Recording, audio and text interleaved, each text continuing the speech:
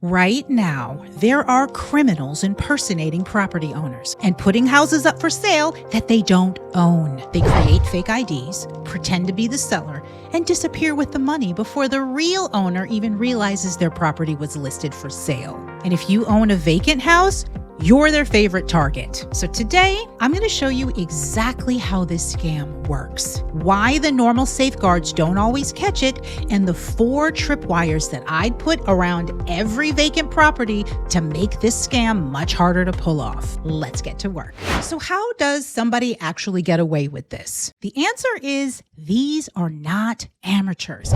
They understand exactly how a real estate transaction works, and they know how to make themselves appear like legitimate sellers. In order to do that, they've got to accomplish 4 things. First, they got to know your property as well as you do. So before they ever contact an agent, they've already researched the public records so they can answer questions about the property with complete confidence and complete ease. Second, they have to avoid face-to-face interaction. They communicate almost exclusively through email and phone calls. They're not going to meet you in person. That's going to make it much harder to verify who's really talking on the other end of the call. Third, they've got to prove they're you.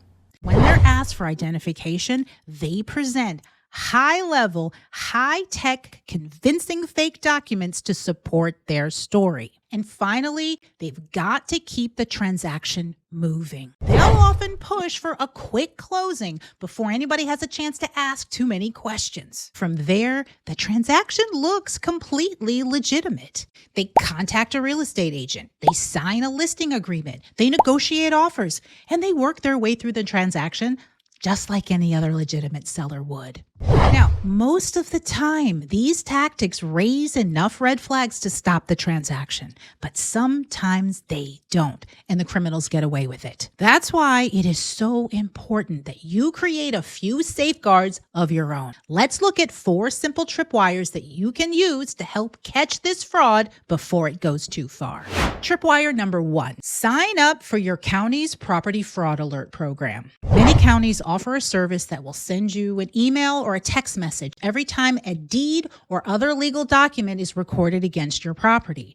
Now, this is not going to stop someone from trying to commit the fraud, but it can give you an early warning so you have a chance to step in before the situation goes much further. Tripwire number 2, Google your property address every few months. Check the major real estate websites to make sure your property hasn't been listed without your knowledge. This is another opportunity to catch the fraud before it goes too far. If your property suddenly appears for sale online, you want to discover it while there's still time to stop the transaction. Tripwire number 3. Pull out your owner's title insurance policy and call your title company. Ask whether your policy provides protection against forged documents or fraudulent transfers that happen after you purchase the property. Most homeowners assume they know what's covered.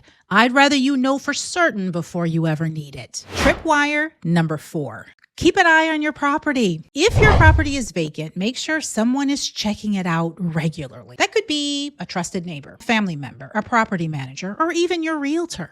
If a lockbox suddenly appears, a for sale sign goes up, or strangers start walking around the property, treat that like an emergency. The sooner you act, the better the chances are of stopping that transaction before it goes anywhere. This scam depends on one thing: you not knowing it's happening. Now you do. You now know how these criminals operate. You know what warning signs to look for, and you know the 4 tripwires that can help you stop the fraud before it reaches the closing table. If you have a vacant property right here in Metro Atlanta that you need to sell or you need some help with, reach out to me. Click the Work With Me link in the description below. Or if you just have a real estate question, click the Ask Me Anything link.